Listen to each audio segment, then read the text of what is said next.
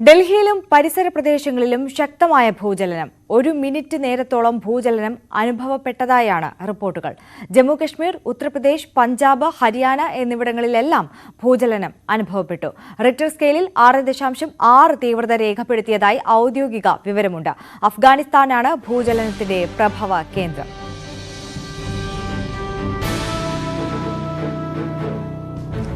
വിവരങ്ങളുമായി MG മിഥുൻ ചേരുകയാണ്. മിഥുൻ, എപ്പോഴാണ് ഈ ഭൂചലനം അനുഭവപ്പെട്ടത്? എങ്ങനെയാണ് അവിടുത്തെ സാഹചര്യങ്ങൾ? ഡൽഹിയിൽ 2 മിനിറ്റിന്റെ ഇടവേളയിൽ ആണ് ഇരട്ട ഭൂചലനം ഉണ്ടായത്. ആദ്യം 10:17 ആദ്യ ഭൂചലനം അനുഭവപ്പെട്ടത്. പിന്നീട് 2 മിനിറ്റിനകം വീണ്ടും ശക്തമായ ഭൂചലനമാണ് ഉണ്ടാവുകയും ചെയ്തത്. 2 മിനിറ്റിന്റെ ഇടവേളയിൽ 2 ഭൂചലനം ഉണ്ടാവുകയും ചെയ്തു. ഇതേ തുടർന്ന് റിക്ടർ സ്കെയിലിൽ ഭൂകമ്പത്തിന്റെ തീവ്രത 6.6 രേഖപ്പെടുത്തുകയും ചെയ്തിരിക്കുന്നത്. ഉത്തരേന്ത്യയിൽ മേഖലകളിലും ഇന്ത്യ ഉൾപ്പെടെ 6 രാജ്യങ്ങളിലും ഭൂകമ്പത്തിന്റെ ആഘാതമുണ്ടായതാണ് റിപ്പോർട്ടുകൾ സൂചിപ്പിക്കുകയും ചെയ്യുന്നത്. ഇന്ത്യയിൽ ജമ്മു കാശ്മീർ, ഉത്തർപ്രദേശ്, പഞ്ചാബ്, ഹരിയാന, ഒപ്പം തന്നെ ഡൽഹി തുടങ്ങിയ സംസ്ഥാനങ്ങളിലും വലിയ രീതിയിൽ ഈ ഒരു ഭൂചലനത്തിന്റെ പ്രകമ്പനം അനുഭവപ്പെട്ടു എന്നാണ് മനസ്സിലാക്കാൻ സാധിക്കുന്നത്. തുടർന്ന് ജനങ്ങൾ പുറത്തേക്കിറങ്ങി ഓടുകയും ചെയ്തു. ആദ്യം 10:17 ഉണ്ടായ ഈ ഒരു ഭൂചലനത്തിൽ 3 സെക്കൻഡ് മാത്രമായിരുന്നു ഇതിന്റെ ഈ പ്രകമ്പനം ഉണ്ടാവുകയും ചെയ്തത്. അത് വലിയ രീതിയിൽ തന്നെ അനുഭവപ്പെടുകയും ചെയ്തു. തുടർന്ന് നമുക്ക് ആ ദൃശ്യങ്ങളിൽ കാണുന്ന പോലെ തന്നെ വലിയ രീതിയിലുള്ള ഭൂചലനം പ്രകമ്പനമാണ് ഈ മേഖലകളിലൊക്കെ ഉണ്ടാവുകയും ചെയ്തത്. തുടർന്ന് ആളുകൾ പുറത്തേക്കിറങ്ങി ഓടുകയും പുറത്തു നിന്ന് എന്താണ് സംഭവിച്ചതെന്ന് അറിയാൻ കാത്തു നിൽക്കുന്ന സമയത്താണ് 2 മിനിറ്റിനിടയിൽ വീണ്ടും മറ്റൊരു അതിശക്തമായ ഭൂചലനം കൂടി അനുഭവപ്പെടുകയും ചെയ്തത്. നിലവിൽ ഏതെങ്കിലും തരത്തിലുള്ള നാശനഷ്ടങ്ങളോ ഒപ്പം തന്നെ ആളപായങ്ങളോ ഇതുവരെയും റിപ്പോർട്ട് ചെയ്യുകയും ചെയ്തിട്ടില്ല. അഫ്ഗാനിസ്ഥാനിലെ കലഫ്ഗാനിലാണ് ഈ ഭൂകമ്പത്തിന്റെ പ്രഭവ കേന്ദ്രമെന്നാണ് ലഭ്യമാകുന്ന റിപ്പോർട്ട്. ഒപ്പം തന്നെ മറ്റ് 6 രാജ്യങ്ങളിൽ കൂടി ഈ അഫ്ഗാനിസ്ഥാന്റെ സമീപ അയൽ രാജ്യങ്ങളായിട്ടുള്ള കജകിസ്ഥാൻ, ഒപ്പം തന്നെ പാകിസ്ഥാൻ, ചൈന തുടങ്ങിയ ഉസ്ബെക്കിസ്ഥാൻ തുടങ്ങിയ രാജ്യങ്ങളിലും ഈ ഒരു പ്രകമ്പനം, ഈ ഭൂകമ്പത്തിന്റെ പ്രകമ്പനം അനുഭവപ്പെട്ടതായാണ് റിപ്പോർട്ടുകൾ സൂചിപ്പിക്കുകയും ചെയ്തത്. എന്തായാലും ഇപ്പോൾ നിലവിൽ ആശങ്കപ്പെടേണ്ട സാഹചര്യമില്ല എന്നാണ് മനസ്സിലാക്കാൻ സാധിക്കുന്നത്. എന്തായാലും ഡൽഹിയിലടക്കം ഈ ഭൂകമ്പം ഉണ്ടായതിനെ തുടർന്ന് ആളുകൾ പുറത്തേക്ക് ഇറങ്ങി ഓടുന്ന ഒരു സാഹചര്യം ഉണ്ടായിരുന്നു. നിലവിൽ അവിടെ ആശങ്കപ്പെടേണ്ട സാഹചര്യമില്ല. ആളപായങ്ങളോ ഒന്നും തന്നെ റിപ്പോർട്ട് ചെയ്യുകയും ചെയ്തിട്ടില്ല. കൂടാതെ നാശനഷ്ടങ്ങളോ ഒന്നും തന്നെ ഇതുവരെയും റിപ്പോർട്ട് ചെയ്യുകയും ചെയ്തിട്ടില്ല. മിഥുൻ, ജമ്മു കാശ്മീർ, ഉത്തർപ്രദേശ്, പഞ്ചാബ്, ഹരിയാന എന്നിവിടങ്ങളിലും ഡൽഹിക്ക് പുറമെ ഈ ഒരു ഭൂചലനം അനുഭവപ്പെട്ടിട്ടുണ്ട്. അവിടെയും ഡൽഹിക്ക് സമാനമായ സാഹചര്യം തന്നെയാണോ? അതായത് കനത്ത നാശനഷ്ടം എവിടെയും രേഖപ്പെടുത്തിയിട്ടില്ല, ആളപായം എവിടെയും രേഖപ്പെടുത്തിയിട്ടില്ല, ആർക്കും പരിക്കുകൾ സംഭവിച്ചിട്ടില്ല, അങ്ങനെ തന്നെയാണോ വിവരങ്ങൾ? നമുക്ക് ഒടുവിൽ ലഭ്യമാകുന്ന വിവരം അനുസരിച്ച് ആളപായങ്ങളൊന്നും തന്നെ ഇന്ത്യയിൽ റിപ്പോർട്ട് ചെയ്തിട്ടില്ല. ഒപ്പം തന്നെ മറ്റ് നാശനഷ്ടങ്ങളൊന്നും തന്നെ റിപ്പോർട്ട് ചെയ്തിട്ടില്ല എന്നാണ് മനസ്സിലാക്കുന്നത്. അത്തരത്തിലുള്ള റിപ്പോർട്ടുകൾ തന്നെയാണ് പുറത്തു വരികയും ചെയ്യുന്നത്. ഈ വർഷം ഇത് 3ാം തവണയാണ് ഇത്തരത്തിൽ ഭൂചലനം ഉണ്ടാകുന്നത്. ഡൽഹിയും ഒപ്പം തന്നെ സമീപ സംസ്ഥാനങ്ങളിലും ഇത്തരത്തിൽ ഭൂകമ്പം ഉണ്ടാകുന്നത് ഇത് 3ാം തവണയാണ്. പക്ഷെ ഇത്രയും അധികം റിക്ടർ സ്കെയിലിൽ ഇത്രയും അധികം പ്രകമ്പനം കൊള്ളിച്ചുള്ള ഒരു ഭൂചലനം അല്ലെങ്കിൽ അത്തരത്തിലുള്ള ഒരു പ്രഭാവം ഉണ്ടാകുന്നത് ഇത് ആദ്യമായിട്ടാണ്. ഈ വർഷം ആദ്യ 2 ഭൂചലനത്തിലും ആദ്യ ഭൂചലനത്തിൽ 3.3 ഒപ്പം തന്നെ 4.8 ആയിരുന്നു റിക്ടർ സ്കെയിലിൽ ഇതിന്റെ പ്രകമ്പനം രേഖപ്പെടുത്തുകയും ചെയ്തു. പക്ഷേ ഇപ്പോഴുണ്ടായിരിക്കുന്ന ഭൂകമ്പം അത് അഫ്ഗാനിസ്ഥാനിലാണ് പ്രഭവ കേന്ദ്രമായിട്ട് റിപ്പോർട്ട് ചെയ്യുകയും ചെയ്യുന്നത്. ഈ മേഖലയിൽ കനത്ത നാശനഷ്ടം ഉണ്ടായിട്ടുണ്ടോ എന്നുള്ള കാര്യമാണ് നമുക്കിനി അറിയേണ്ടതായിട്ടുള്ളത്. അവിടെ നിന്നുള്ള വിവരങ്ങൾ അല്പസമയത്തിനകം തന്നെ നമുക്ക് ലഭ്യമാവുകയും ചെയ്യും. എന്തായാലും ആര്യ സൂചിപ്പിച്ചതുപോലെ തന്നെ ഡൽഹി, ഒപ്പം തന്നെ ഉത്തർപ്രദേശ്, ജമ്മു കാശ്മീർ, പഞ്ചാബ്, ഹരിയാന തുടങ്ങിയ സംസ്ഥാനങ്ങളിലും ഇതിന്റെ പ്രകമ്പനം ഉണ്ടാവുകയും ചെയ്തു. അത് അതിമാരകമായ രീതിയിൽ ഏകദേശം 3 സെക്കൻഡോളം ഇതിന്റെ പ്രകമ്പനം ഉണ്ടാവുകയും ചെയ്തു. ആദ്യം 10:17 ആദ്യ ഭൂകമ്പം ഉണ്ടാകുന്നത്. അതിനുശേഷം ഈ ഭൂകമ്പം ഉണ്ടായതിനെ തുടർന്ന് ആളുകളെല്ലാം തന്നെ നമ്മൾ ഈ ദൃശ്യങ്ങളിൽ കാണുന്ന പോലെ തന്നെ വീടുകളിൽ നിന്നും ഒപ്പം തന്നെ ഫ്ളാറ്റുകളിൽ നിന്നും ഒക്കെ ആളുകൾ പുറത്തേക്ക് ഇറങ്ങി ഓടുകയും തുടർന്ന് 2 മിനിറ്റിന് ശേഷം വീണ്ടും അതിശക്തമായ പ്രകമ്പനം ഉണ്ടായി എന്നാണ് ദൃക്സാക്ഷികൾ അല്ലെങ്കിൽ അവിടെ ഉണ്ടായിരുന്ന ആളുകൾ പറയുകയും ചെയ്യുന്നത്. എന്തായാലും നിലവിൽ ആളപായങ്ങളോ അല്ലെങ്കിൽ മറ്റ് നാശനഷ്ടങ്ങളോ ഒന്നും തന്നെ റിപ്പോർട്ട് ചെയ്തിട്ടില്ല. ശരി Mithun.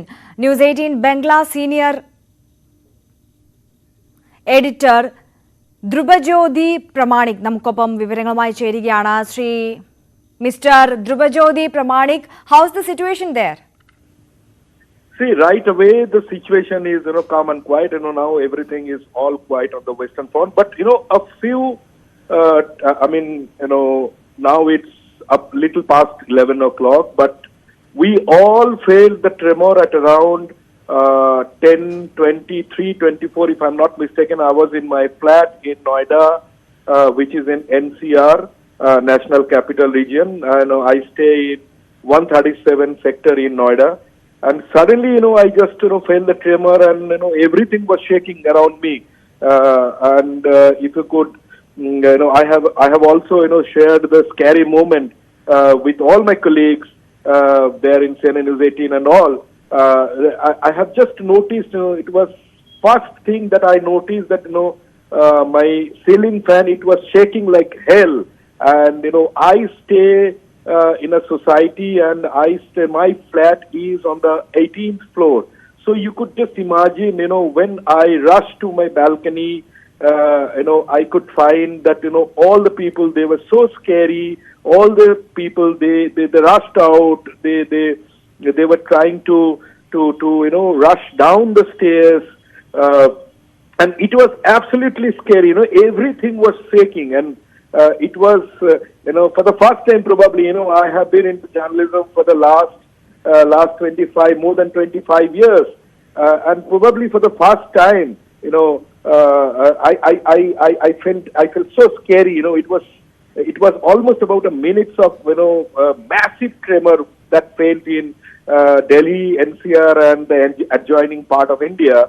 And definitely, by the time we were aware of that, the entire northern India, right from Jammu and Kashmir down south, Uttarakhand, UP, Delhi, NCR, Noida, Greater Noida, Ghaziabad, Faridabad, even, I was just talking to my friends there in Kolkata. Even, tremors were felt there in Kolkata. It was so down south, right?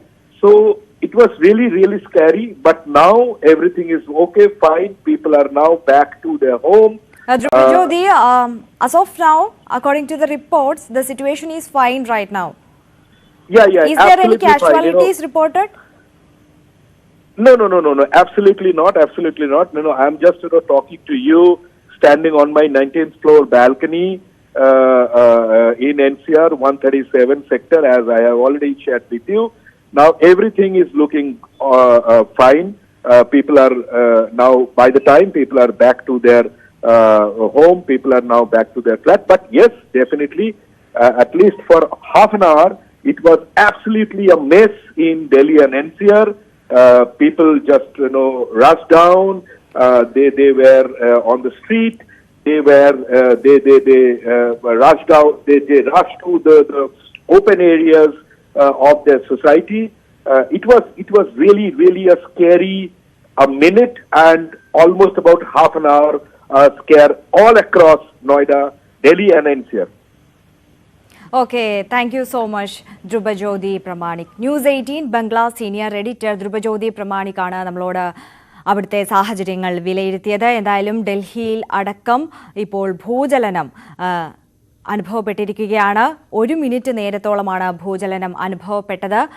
Jammu Kashmir, Uttar Pradesh, Punjab, Haryana എന്നിവിടങ്ങളിലെല്ലാം ഭൂചലനം അനുഭവപ്പെട്ടു. Richter സ്കെയിലിൽ 6.6 തീവ്രത രേഖപ്പെടുത്തിയതായാണ് ഔദ്യോഗിക വിവരം. പക്ഷേ മറ്റ് ഗുരുതരമായ നാശനഷ്ടങ്ങളോ മരണമോ അതോടൊപ്പം തന്നെ മറ്റ് പരിക്കുകളോ ഒന്നും തന്നെയും എവിടെയും രേഖപ്പെടുത്തിയിട്ടില്ല.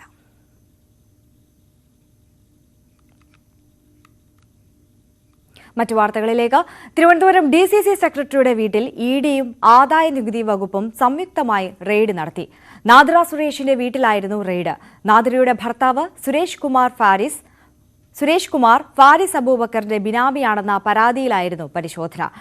ഡാൻ കുര്യന്റെ റിപ്പോർട്ടിലേക്ക്. ഈ നദീറ സുരേഷിലേക്ക് ഇത്തരത്തിലുള്ള ഈ സംശയങ്ങളുടെ മുന നീളുന്നതിന് അപ്പുറത്തേക്ക് ഈ കേസിൽ കൃത്യമായ തെളിവുകൾ അത് വിരൽ ചൂണ്ടുന്നത് സുരേഷ് കുമാറിലേക്ക് തന്നെയാണ്. സുരേഷ് കുമാറിന്റെ ബിസിനസ് ബന്ധങ്ങളിലേക്ക് തന്നെയാണ്. ആ ബിസിനസ് ബന്ധങ്ങൾ അദ്ദേഹം ഉപയോഗിച്ച് കഴിഞ്ഞ ഏതാനും വർഷങ്ങൾക്കിടയിൽ അദ്ദേഹം നടത്തിയിരിക്കുന്ന സാമ്പത്തിക ഇടപാടുകളിലേക്ക് തന്നെയാണ്. കോൺഗ്രസുമായി ബന്ധപ്പെടുത്തി ഈ ഒരു കോൺഗ്രസ് നേതാവിന്റെ വീട്ടിൽ ഇത്തരത്തിലൊരു റെയ്ഡ് നടന്നു എന്നതിനപ്പുറം ആ നേതാവിന് ഈ കാര്യങ്ങളുമായി എത്തരത്തിലുള്ള ബന്ധമാണ് ഉള്ളത് എന്നത് സംബന്ധിച്ച വ്യക്തമായ വിവരങ്ങളൊന്നും പുറത്തു വന്നിട്ടില്ല. പക്ഷേ കൃത്യമായി ഞാൻ നേരത്തെ സൂചിപ്പിച്ച പോലെ പോലെ സുരേഷ് കുമാർ അദ്ദേഹം നടത്തിയ സാമ്പത്തിക ഇടപാടുകൾ അത് സംബന്ധിച്ച സംശയം ജനിപ്പിക്കുന്ന ചില ദുരൂഹതകൾ ഉണർത്തുന്ന ക്രമക്കേടുകൾ നടന്നിട്ടുണ്ട് എന്ന വ്യക്തമായ വിവരം ആദായനികുതി വകുപ്പിന് ലഭ്യമായിരുന്നു. ആ പരിശോധനകളുടെ അല്ലെങ്കിൽ അത്തരത്തിൽ ലഭ്യമായ തെളിവുകളുടെ അടിസ്ഥാനത്തിലാണ് അവർ ഇവിടെ ഒരു പരിശോധനയ്ക്കായി എത്തിയത്.